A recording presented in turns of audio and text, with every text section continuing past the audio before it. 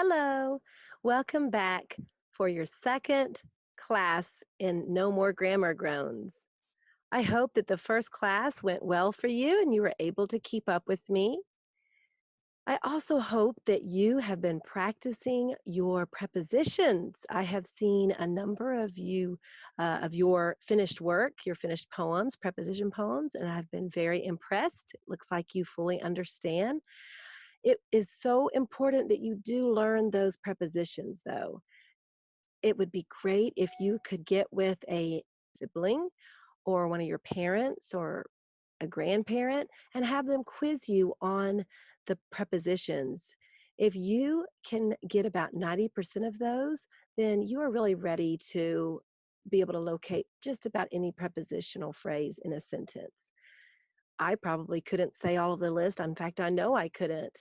But because I learned them so many years ago, I do recognize them right away in a sentence. So if you can do that, there's also games online that you could do. If you would like to Google something like that, preposition games, and just practice a little bit with that. That will help you to identify prepositions that are just words being put up to see if you can recognize which ones are prepositions. So that's another way you could learn. Today, we are starting our first sentence pattern. So let's get started. This is lesson 2 of No More Grammar Groans. I did send you a video earlier with me grading on board the Titanic so that you could understand which ones were prepositional phrases and where we stopped. It's very important that you actually grade this because as I go through, I explain why the answers are the answers that they are. And so if you grade it, you will understand also. Like I mentioned, if in the video before, if you take a colored pen and correct it while I go through, and then you'll be able to see in the future, you can look back and remember why they were the answer that they were. As I mentioned before, I've really enjoyed seeing the prepositional phrase poems that you have sent me. I encourage you to keep up the wonderful work as we continue through this course. I'm looking forward to seeing all the different creative writing activities that you complete and send to me. I really do enjoy seeing how you word things and the way that you put things together. It really has been painting a neat picture in my mind as I read through them. So great job. I would really like to see that your prepositions are memorized by the end of the second class week. It would be really great for you to have them memorized. If you need a little bit longer, that's fine, but if you put it off too long, then it probably won't get done. So really put your mind to memorizing those prepositions. Memory work is always a good thing, and you will probably thank me in the future for insisting that you memorize them. Go ahead and take out your notebook and your pencil, and let's get started writing our notes. I would start a new page in your notebook from last week's class notes. Noun. What is a noun? I'm sure many of you already know what a noun is. This is just a little reminder in case you someday forget and just need a little review. I wanted to put this in, but one of the reasons why I wanted to mention this is it's very important for you to remember there are proper nouns and common nouns. And as you see here, a person is one of those nouns, person, place, thing, and then there's one more we're going to talk about.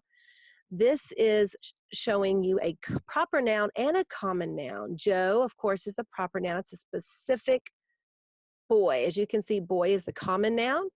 Joe is a specific boy, and so we capitalize the specific nouns, which are called proper nouns. A place would be New York, for example, or store. For New York, a common noun for that would be city.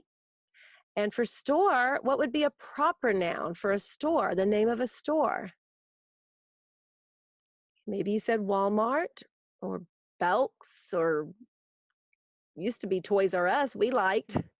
Now there's no more Toys R Us's. I don't know what stores you like, but whatever the name of the stores are, that would be a proper noun. So proper nouns, again, must be capitalized. And it looks like I've got my things out of order. This is chair and book for thing. And a specific book would be the title of the book. The fourth thing is quality and idea. Quality or idea. That would be examples like honesty, love. Those are not proper nouns. But if I said honesty is the best policy, then honesty is your noun. Or if I said I love you, love is a verb, so that wouldn't work. But if I said love is a wonderful thing to have, then love is a subject at that point. It's a noun. So you have to be careful when watching for words that could look like another part of speech. If you're reading the sentence, you need to see if it's actually a noun in that sentence, if it's acting like a noun. Verb. What is a verb? I really like verbs. I think they're a lot of fun to work with when writing. A verb, one, can be an action, something you can do. For example, climb. Now, remember, if I'm going too fast, just hit pause and catch up, and then you can push play again to start the notes.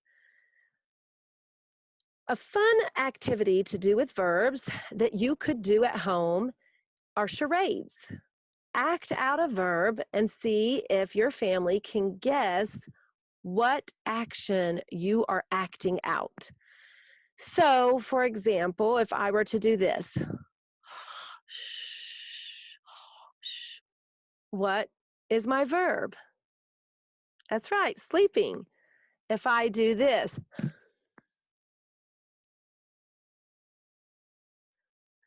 exactly, laughing, or this, crying. Here's another one. Running. There are many, many kinds of verbs that you can, or action verbs that you can act out and try to make it be real challenging. There are many kinds of verbs. There are so many different action verbs that you can act out and see if they can guess, that it really makes a fun game and everyone enjoys doing it. The second type of verb is a verb of being, like is, was, were, are, be, have, will, shall, had. You will see a verb of being in the noun, be verb, adverb sentence pattern. That will come up in the future. You will need to also memorize these be verbs, not for this class, but you will need to, not for this lesson, but you will need to in a lesson later on. You'll want to memorize those. Now, some words can either be a noun or a verb, but you have to read the sentence in order to understand which one it is. So you must go by the use in the sentence. We're going to use walk for an example.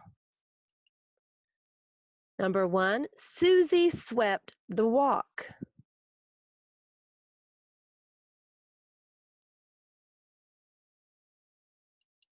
Number two, did the boy walk to school?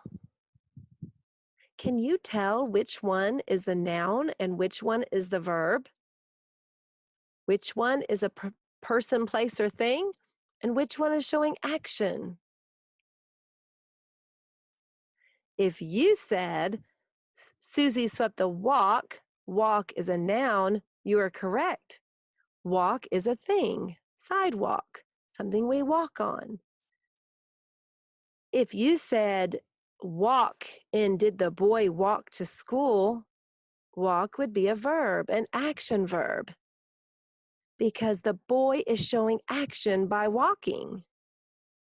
So you have to read the whole sentence in order to understand what that word is, whether it's a noun or a verb. Now, you do not need to change to a new page. If you still have room on the page that you're writing, continue writing. My little notebook pages here aren't very, very big, but if you have run out of room, that's fine. Go ahead and turn to the next page. I want you to write the following words, and then beside the words, I want you to write N or V, telling whether they are a noun or a verb. The words are eat, home, hunted, bone, friend, happiness, drove, walked, falling, decide, Dr. Jones, understand, Oak Street, and sunshine. Take a moment, pause the lesson, and complete that activity. And then I will go through and give you the answers. We will start with eat. Eat, you should have a verb. Home is a noun. Hunted would be an action. It's a verb. Sorry, my words aren't exactly on the line. Bone is a noun. It's a thing. Friend is a noun. Happiness. What is happiness? Did you think it was a verb? It is a noun. If you said noun, you got it right. It is a quality. Happiness. Drove is an action. What's walked? Verb. Falling is a verb. Decide is a verb. It's another action. Dr. Jones is a noun. Understand is a verb. Noun is Oak Street. Sunshine is a noun. Did you get them all right? I hope so. If not, you could take the little quiz again and see if you can get them all right. This is a game that I found on the internet.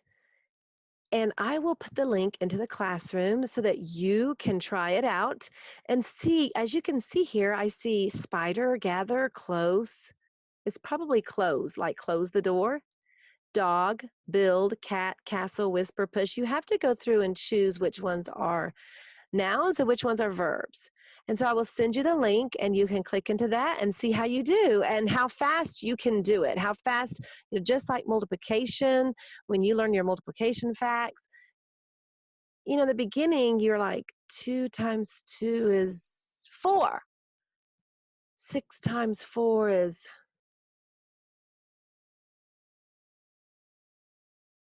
24. Okay, I'm sure you've done that before. Well, we want you to learn your multiplication facts. We can just do them just like this, okay? As you see them, you just rip them off. 6 times 4 is 24. 6 times 6 is 36. 6 times 8 is 48. And you're able to not spend a lot of time on the multiplication part. Because as you know, when you have big math problems, like if you're multiplying 486 times 232, you want to be able to say those multiplication facts quickly so that you can get through your problems quicker. So it's the same thing with being able to recognize those subjects, those verbs, the nouns, prepositions, adverbs, adjectives. When you can recognize them just like that, then you won't have to struggle so much through each sentence. So I will be uploading this link for you so that you can play this activity. All right, let's get ready. We have still the noun verb sentence pattern. So let's get ready to write that. Here is your first sentence pattern. NV. What does it stand for? Subject action verb. This is going to be the easiest sentence pattern you will have. And one thing I want you to write with stars and circles and anything that draws attention to it, cross out prepositional phrases because the subject and verb will never, ever, ever, ever be in a prepositional phrase. So please remember that. If you have a verb in a prepositional phrase, it's not correct. So you have to change it and figure out what to do with that. Example, the little boy sat on the chair. Now we're going to look at this. First, I want you, after you mark through the prepositional phrase, let's go ahead and try that real quick. We are going to write through this right here, and then I'm going to come right back into it. As you can see, the little boy sat on the chair. So that is marked out. I want you to just make sure you mark out on the chair. Okay, number 1, how to find the verb. You ask what is happening in the sentence or what is being done. So let's look at this sentence. The little boy sat on the chair. On the chair is marked out. What is being done or what is happening? Sat. Sat is your verb.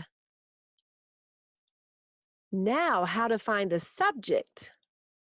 Again, don't forget, you can pause if you need to pause. You should ask who or what did the verb. And what's our verb? Correct. Sat. Who or what sat?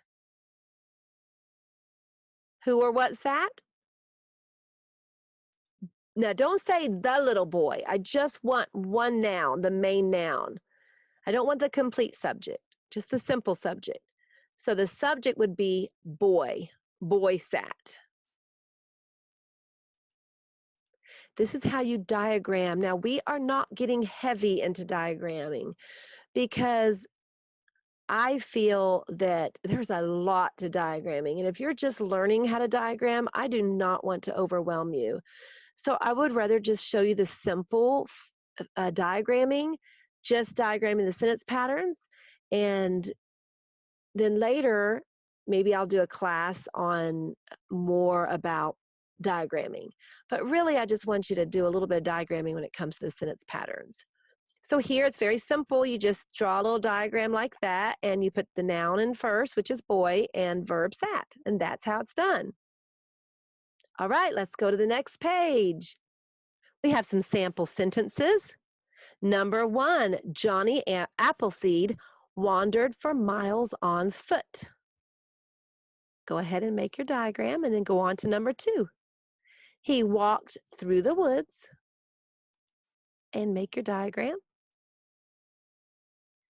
At night, this is number 3. At night, he slept under the stars. At night, he slept under the stars. All right, I want you to pause and give yourself a few minutes to find the prepositional phrases first, then the verb by asking what is happening in the sentence, what is being done. And then once you have the verb, I want you to ask who or what did that verb. Then I want you to label above each one. Okay, so you're going to cross out your prepositional phrase, put a V above your verb, and put a noun above the subject. Now, if the subject's the name of somebody, then you need to have the complete name. And then I want you to fill in the diagram. Okay, I would be happy to do the first one with you, and then you should be able to do 2 and 3 by yourself. What do you have? What prepositional phrases do you see here?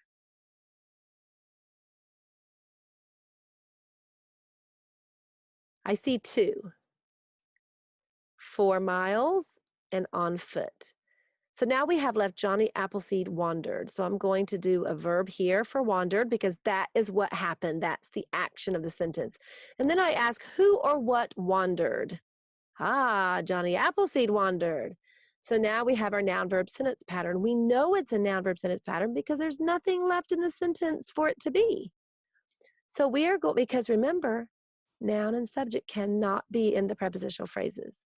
So now you just fill it in, Johnny Appleseed. Now I want you to write the whole thing in. I am trying to write with this, so this is the best that I'm going to do at the moment.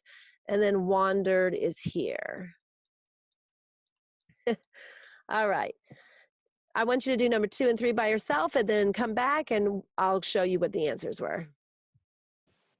Let's look at the answers. He walked through the woods.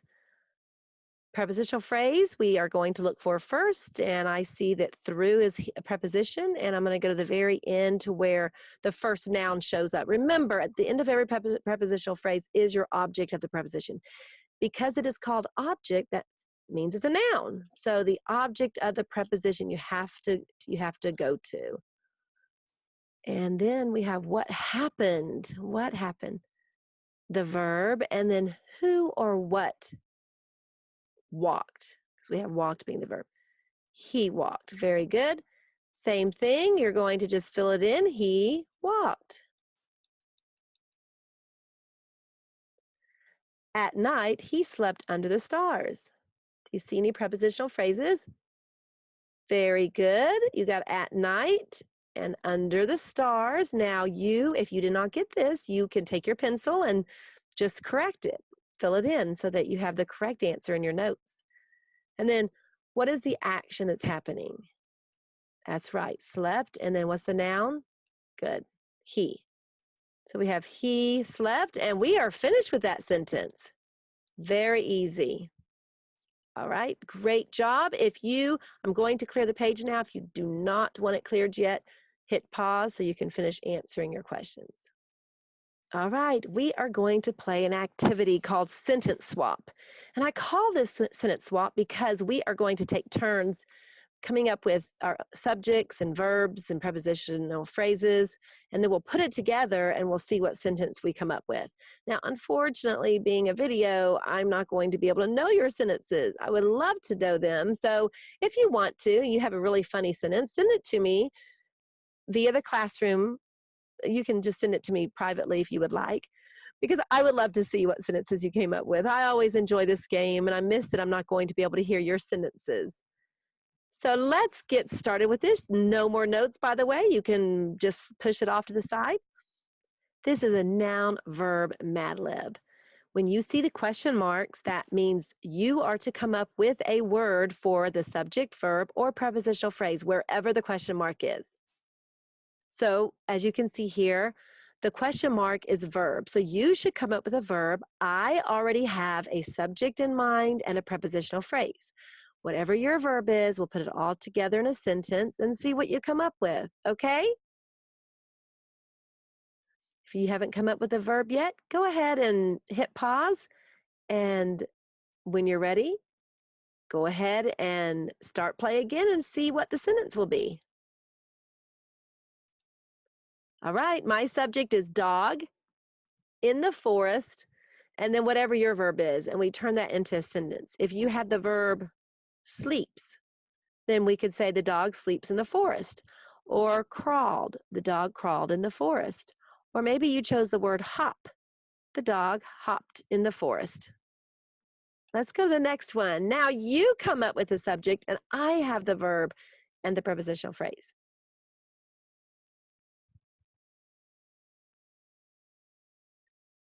Let's see what my verb and prepositional phrase are. Fished and around the airport. So what was your subject? What fished around the airport? I would love to hear it.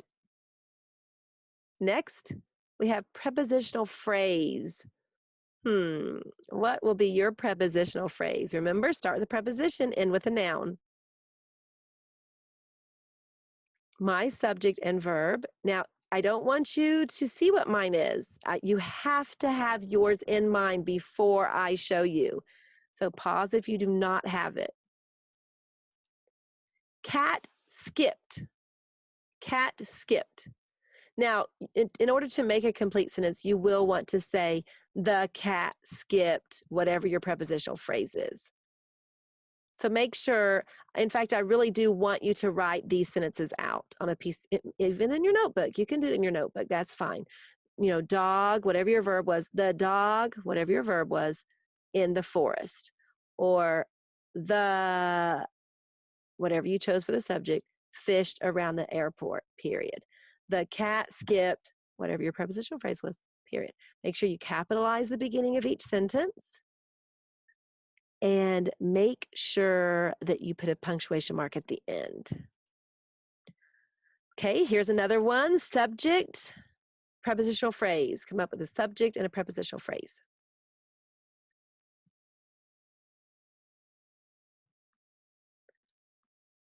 Here goes. Cooked. What cooked where?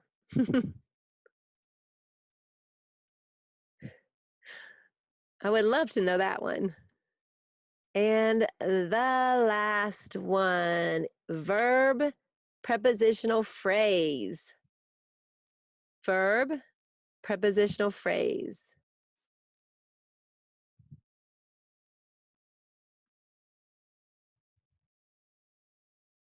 Let's see the subject. Elephant. Elephant. Now I am waiting to see which ones you came up with. So I'm going to be asking, what sentences did you come up with for Mad Lib? Because I really, really want to know. We are moving on. The park. Now, this is a poem that has some noun verb. It's a poem, so it's always a little different, but I'm going to call them sentences. It's a list of phrases, but they really could be sentences because it has the subject and the verb. So I want you to look closely at it. I'm going to read through it for you, and I want you to listen for those subjects, verbs, sentence patterns. The park. I went to the park today and had a look around. While adjectives hung in the trees, nouns and verbs covered the ground. There was an angry baby wailing, a red boat sailing, a gentle breeze blowing, the short grass growing, a fancy kite flying, a bored girl sighing, a friendly lady talking, a happy dog walking, green leaves waving, clear water glistening, lively ladies listening, a tiny cricket jumping, two silly boys thumping, hairy caterpillars creeping, a slippery frog leaping, a sly cat pouncing, a rubber ball bouncing, fierce geese fighting, a lonely poet writing. Now, this poem was written by J. Shaw, and I love how she put herself into the poem at the very bottom. She's sitting in the park writing a poem, and all of these things are happening around her. Now, let's look here. We see nouns and verbs definitely, but we threw in some adjectives. Now, if you don't remember, adjectives will describe a noun. So let's look here. Let's skip past there was because this is just a list. However, we're going to treat it like sentences. An angry baby wailing. So here, what is the action in the sentence? Wailing is the verb. Who or what is wailing? Baby, that's the subject. So there's your noun verb sentence pattern. We do have an adjective. The adjective, I'm going to underline, is angry. It's describing the baby. A red boat sailing. What is the verb? Sailing, good. Who or what sailing? Boat. Now don't say red boat. We just want the noun in there. We don't want the adjectives in with the noun, so we have an adjective here, red boat. A gentle breeze blowing. What's the action? What's happening? Blowing, good. And then what was blowing? Breeze, that's right. But what kind of breeze was it? What's the adjective? Gentle, very good. Let me write V above blowing here so it's clear.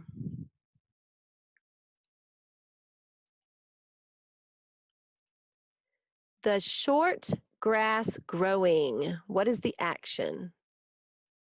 Growing. And what is the subject? Who or what is growing? Noun, good. And what word describes grass? Short, very good. Let's do a couple more. A fancy kite flying. What's the verb? What's the action? What's being done in the sentence? Flying. Who or what is flying? Kite. And what word describes kite? Fancy, which is an adjective. A bored girl sighing. What is the action? Sighing, very good. Who or what sighing? Girl sighing. And what word describes girl? Bored, very good. Now you can pause this and go on through the rest of them, looking at the nouns, the verbs, and then the adjectives.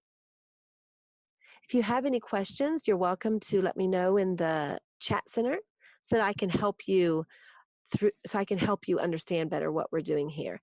Now, this is something that we are going to use for our creative writing template. We're going to show, let me make this a tiny bit smaller for you there. We're going to pick anywhere in the world, the wherever, or you don't have to call it the, you can name the place. You know, this said the park, but we are going to change that. And so that means you'll change this. I went to the today and had a look around while adjectives hung in the trees, nouns and verbs covered the ground. There was. Now, you do not have to write the exact same format. You are welcome to write while adjectives swam in the sea, nouns and verbs were all around, or something like that, okay? You can change it up however you want, just as long as it has a nice rhythm and flow to it.